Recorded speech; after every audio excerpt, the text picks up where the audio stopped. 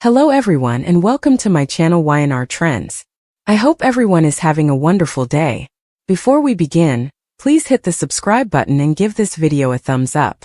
In the hushed, electric stillness of the Newman Ranch living room, where decades of power plays, betrayals, and unspoken wars have soaked into the walls like permanent scars, the night unfolds with an almost cruel patience, as if Genoa City itself is holding its breath, waiting for a truth so volatile it could shatter legacies built over generations. And at the center of it all stands Jack Abbott, rigid and pale yet resolute, holding an envelope that feels heavier than any corporate takeover document he has ever signed, while Adam Newman sits across from him, restless, suspicious, his dark eyes flicking between Jack and Victor, whose imposing presence dominates the room even as age and stress have begun to carve faint cracks into his iron facade. And the tension is so thick it presses against their chests, because this is not just another Newman versus Abbott skirmish. This is about blood, identity, and the horrifying possibility that everything Adam has ever believed about who he is might be a lie. Jack clears his throat, his voice steady but laced with a grief he has carried alone for far too long,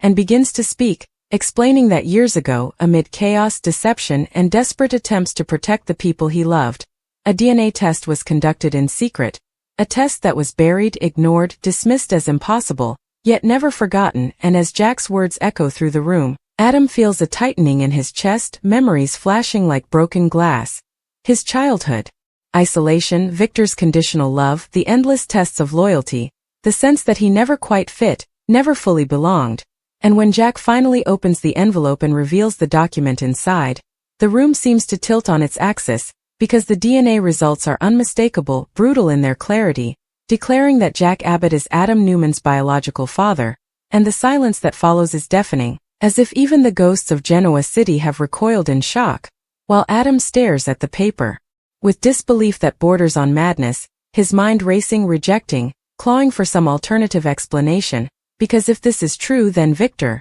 the man who raised him, punished him, manipulated him, and molded him into both a weapon and a shield, has been lying to him for his entire life. And Victor's face, once carved from stone, begins to falter, his jaw tightening, his breath shallow, his eyes dark with a fear he has never allowed anyone to see, because this truth does not just threaten his authority, it threatens his very identity as a father and a titan. And Adam finally speaks, his voice shaking with a rage that is raw and unfiltered, demanding answers, demanding to know who knew, who lied, who stole his life from him. And Jack admits that he suspected the truth for years but only recently confirmed it beyond doubt, torn apart by guilt for staying silent yet terrified of the devastation this revelation would cause, while Victor, backed into a corner he has never faced before, tries to dismiss the results, barking accusations of forgery and Abbott manipulation. But the strain is visible now, the veins in his neck bulging, his hand clutching at his chest as the weight of his own sins crashes down on him. And as Adam turns toward Victor, his voice breaking as he asks the question that has haunted him since childhood. Why? Victor stumbles, his breath hitching, the room spinning as flashes of past betrayals, secret affairs, and ruthless decisions collide in his mind. And suddenly the unthinkable happens. The great Victor Newman staggers,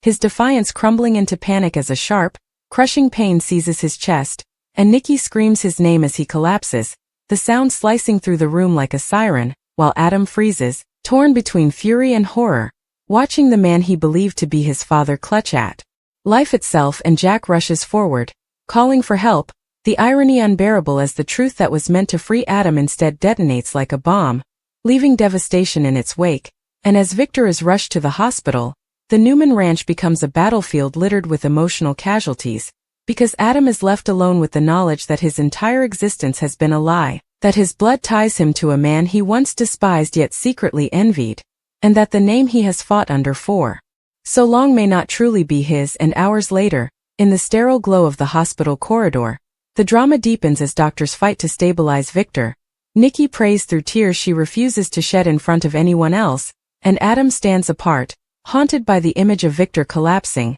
wondering if the truth he demanded has just cost a man his life, while Jack watches from a distance, knowing that revealing the DNA was both the right thing and the cruelest thing he has ever done, because no matter the outcome, nothing will ever be the same again. And when Victor finally regains consciousness, weak but alive, his eyes meet Adam's across the room, and in that silent exchange lies a lifetime of pain, control, love and regret, because Victor knows the truth is out and cannot be buried again, and Adam knows that whether or not Victor survives physically, the man he thought he knew has already died, replaced by a flawed, terrified human being who made unforgivable choices. And as Jack prepares to step into a role he never expected, grappling with the reality that he is Adam's father, not just by blood but by consequence, Genoa City braces itself for the fallout, because this revelation does not simply redraw family trees, it redraws alliances, vendettas and destinies, setting the stage for a war of emotions where loyalty will be tested, love will be questioned, and the truth, once unleashed, will continue to claim victims long after the heart monitor steadies and the hospital lights dim, leaving everyone to face the same haunting question. When the truth finally comes out, is it salvation? Or is it the most devastating weapon of all?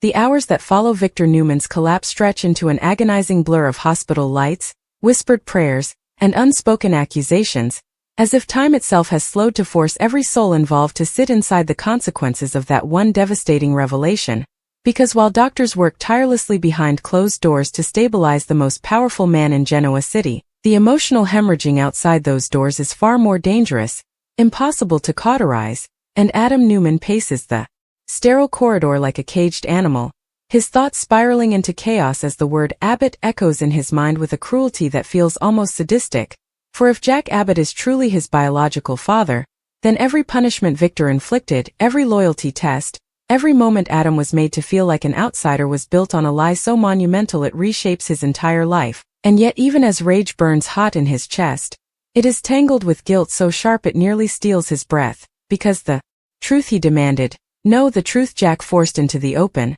was the very trigger that sent Victor crashing to the floor, and Adam cannot decide whether he feels vindicated, horrified or irrevocably broken, while Nikki sits rigid in a plastic hospital chair, mascara streaked but spine straight, refusing to crumble even as her heart threatens to splinter, because she too has known secrets, has buried sins in the name of love and survival, and now watches them rise from the grave one by one, wondering if Victor will wake up hating her for what she didn't stop or worse, wake up knowing he has lost his son forever. And Jack stands several feet away, hands clasped, replaying every decision that led to this moment, haunted by the image of Victor clutching his chest, because no matter how justified the truth was, Jack cannot escape the feeling that he has just crossed a line that can never be uncrossed. And as dawn breaks over Genoa City, painting the skyline in cold shades of gray, the doctors finally emerge, their expressions grim but cautiously hopeful, announcing that Victor survived the heart attack but remains in critical condition,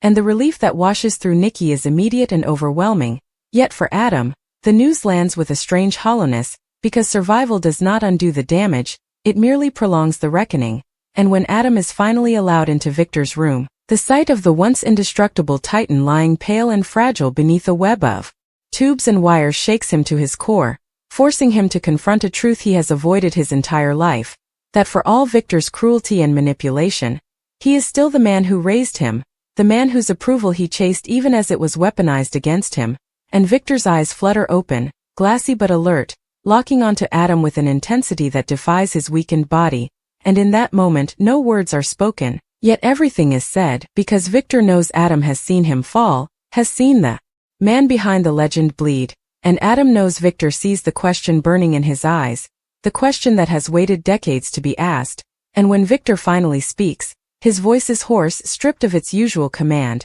and he does not deny the DNA results, does not rage or threaten, but instead whispers a confession so raw it feels almost unreal, admitting that he knew the truth years ago, that he chose power and control over honesty, believing he could shape Adam into his heir regardless of blood, and that admission hits Adam harder than any insult ever could, because it confirms what he has always feared, that Victor's love was conditional, strategic, and rooted in ownership rather than acceptance, and Adam storms out of the room, unable to breathe beneath the weight of it all, leaving Nikki sobbing quietly beside Victor's bed, torn between anger and compassion, while Jack watches Adam disappear down the corridor, knowing that his son, has never been more alone. And as news of Victor's heart attack and the shocking DNA revelation spreads through Genoa City like wildfire, alliances begin to shift with terrifying speed, because this is not just a family scandal, it is a corporate earthquake, one that threatens to dismantle Newman Enterprises from the inside out, and Victoria and Nick are blindsided by the rumors, rushing to the hospital demanding answers, only to be met with a truth so unthinkable it fractures their sense of family, as Victoria reels at the idea that Adam is not Victor's biological son yet was still favored, still protected in twisted ways, while Nick struggles with guilt, wondering how many of his resentments were misplaced, how many of Adam's battles he misunderstood, and the siblings clash in the hallway, their voices sharp with decades of unresolved tension, because if Jack Abbott is Adam's father, then the Abbott-Newman war has just taken on a deeply personal dimension that no one can escape. And back at the Abbott mansion, Diane senses the shift before anyone tells her, the air thick with impending fallout, as Jack finally admits the truth, confessing that Adam is his biological son, and Diane's reaction is a volatile mix of shock, fear, and calculation, because she understands immediately what this means for Kyle, for Jabot, for every carefully constructed plan she has been weaving, and while she insists they must protect the family, Jack knows there is no protecting anyone now, because Adam has a right to know where he comes from, even if that knowledge destroys them all, and Adam, meanwhile, retreats into isolation, haunted by memories that now feel tainted. His childhood at the ranch, his punishments, his fleeting moments of pride, questioning whether any of it was real or merely part of Victor's grand experiment, and when Jack finally confronts him, their conversation is raw, clumsy, and painfully honest, as Jack apologizes for staying silent, for failing Adam before he ever knew him, admitting that fear and doubt kept him from stepping forward sooner, and Adam lashes out, accusing Jack of playing God with his life, of dropping this truth like a grenade and walking away. But beneath the anger lies a wounded child desperate to understand who he is, and Jack offers him something Adam has never truly had: unconditional acceptance, not as a pawn or a weapon but as a son, and the offer terrifies Adam more than any threat ever could, because to accept it means letting go of the identity he has built, the armor he has worn to survive Victor's world, and as Victor slowly recovers, confined to his hospital bed, stripped of power and forced to watch from the sidelines as his empire trembles, he realizes too late that the greatest enemy he ever faced was not Jack Abbott or any corporate rival, but the truth he buried, because the lie that held his family together has finally torn it apart. And when Adam returns to the hospital one last time, standing at Victor's bedside with a quiet resolve, he tells Victor that blood may not define everything, but lies destroy everything, and that while Victor may have raised him, Jack gave him the truth, and that difference will haunt Victor for the rest of his life. And as Adam walks away, choosing neither Abbott nor Newman but forging a path of his own, Genoa City braces for the next storm, because this revelation has only cracked the surface, and the fallout, emotional, familial, and corporate, will continue to ripple outward, rewriting destinies, exposing buried secrets, and proving once again that in Genoa City, the truth never sets anyone free. It only changes who pays the price. In the days that follow Adam's quiet but seismic departure from the hospital, Genoa City does not simply return to its routine hum of corporate warfare and whispered scandals, because the truth that Jack Abbott is Adam's biological father has embedded itself into every conversation, every boardroom glare, every strained family dinner like a splinter that cannot be removed, and Victor Newman, confined to recovery yet burning with a fury he no longer has the strength to unleash, lies awake at night staring at the ceiling, replaying every moment he molded Adam into something sharp and dangerous, convincing himself it was love even as he recognizes, with a clarity that feels like punishment, that what he truly craved was control, and this realization gnaws at him far more painfully than the lingering ache in his chest, while Nikki oscillates between fierce protectiveness and simmering resentment, because she knows Victor's choices have cost them more than any rival ever could, and, though she stands by his bedside during his rehabilitation, holding his hand and urging him to fight, there is an unspoken distance between them now, a space filled with the ghosts of secrets past, and meanwhile Adam retreats into the shadows of Genoa City, taking refuge in a modest apartment far from both the Newman Ranch and the Abbott Mansion, determined to exist without either legacy defining him, yet haunted by the relentless pull of blood and memory, because no matter how far he runs, the faces of Jack and Victor follow him like reflections he cannot escape, and as he attempts to rebuild his sense of self piece by piece, he is drawn back into the world of power and consequence when news breaks that Newman Enterprises stock has begun to wobble, investors rattled by rumors of Victor's declining health and the DNA scandal threatening to destabilize the Newman brand, and Victoria seizes the moment with her characteristic precision, stepping into the role of interim leader with a ruthless focus that leaves no room for sentimentality, determined to prove she can protect the empire without her father's iron fist, while Nick, torn between loyalty and morality, struggles to reconcile his instinct to shield the family with his growing belief that the Newman dynasty may need to be dismantled to survive. And as tensions rise within the boardroom, whispers circulate about Adam's potential involvement, speculation that his newfound connection to Jack Abbott could make him a wild card capable of tipping the balance of power, and Jack, grappling with his own internal reckoning, watches these developments with a mixture of fear and hope, because while he never intended to claim Adam as a strategic asset, he cannot deny that the possibility of Adam embracing his Abbott heritage could redefine everything he has fought for. Yet Jack is painfully aware that fatherhood cannot be negotiated like a merger, and every time he considers reaching out, he hesitates, terrified of pushing Adam further away. And at the Abbott mansion, Diane's calculations grow increasingly desperate as she senses her influence slipping, because Adam's existence as Jack's son threatens Kyle's position and the fragile unity she has engineered. And though she outwardly supports Jack's desire to make amends, privately she schemes to protect her own interests, convinced that Adam's volatility could destroy them all if left unchecked. And as fate would have it, Adam and Kyle cross paths. Unexpectedly, their encounter crackling with unspoken resentment and reluctant curiosity, because Kyle represents the life Adam might have had, privilege without exile, identity without doubt, and though their conversation begins with thinly veiled hostility, it slowly unravels into something more complex, as Kyle admits his own confusion and fear, confessing that he doesn't know how to feel about sharing a father with the man he was taught to see as an enemy, and Adam, surprised by the honesty, realizes that this revelation has fractured more than just his own sense of self, leaving collateral damage in its wake, and as their exchange ends without resolution, it plants a seed of possibility neither man is ready to acknowledge. And back at the Newman ranch, Victor's recovery takes a darker turn as he becomes increasingly isolated, refusing visitors, lashing out at doctors and family alike, because stripped of power, he is forced to confront the emptiness beneath his dominance. And when Adam refuses to answer his calls, Victor spirals into a rage that nearly undoes his progress, prompting Nikki to confront him with a rare and brutal honesty, telling him that if he truly loves Adam, he must accept that love cannot be coerced or reclaimed through force. And Victor, shaken but defiant, insists that Adam is still his son in every way that matters, clinging to the belief that blood does not define family even as the irony of his past actions hangs heavy in the air. And as Genoa City prepares for its annual charity gala, an event designed to project stability and unity, the underlying fractures threaten to shatter the carefully constructed facade, because Adam's unexpected appearance sends shockwaves through the room, his presence commanding attention as both Newman and Abbott loyalists watch with bated breath, unsure which legacy he will claim. And when Jack approaches him,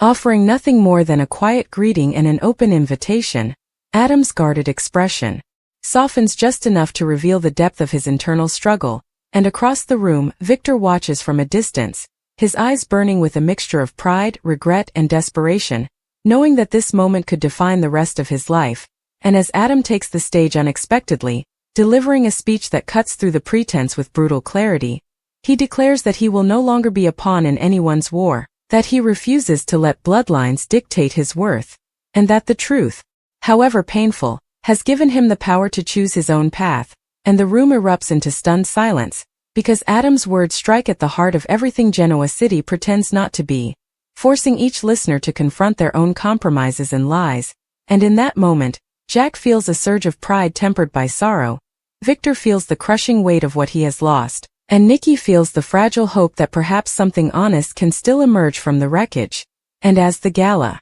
dissolves into whispered debates and shifting alliances, Adam walks away once more, but this time not in exile or rage, but with a quiet resolve born of self-awareness. And as he stands alone beneath the city lights, he finally allows himself to grieve, not just for the father he never knew, or the father who betrayed him, but for the version of himself that was shaped by lies. And though the road ahead is uncertain, one truth has become inescapable. The revelation of Jack's DNA did not destroy Adam Newman, it dismantled the prison he lived in. And as Genoa City braces for the next chapter, one thing is clear. This truth will continue to reverberate, reshaping hearts, empires, and destinies, Because in the world of the young and the restless, the most dangerous legacy is not power or wealth, but the secrets we choose to keep, and once exposed, they never stop demanding a reckoning.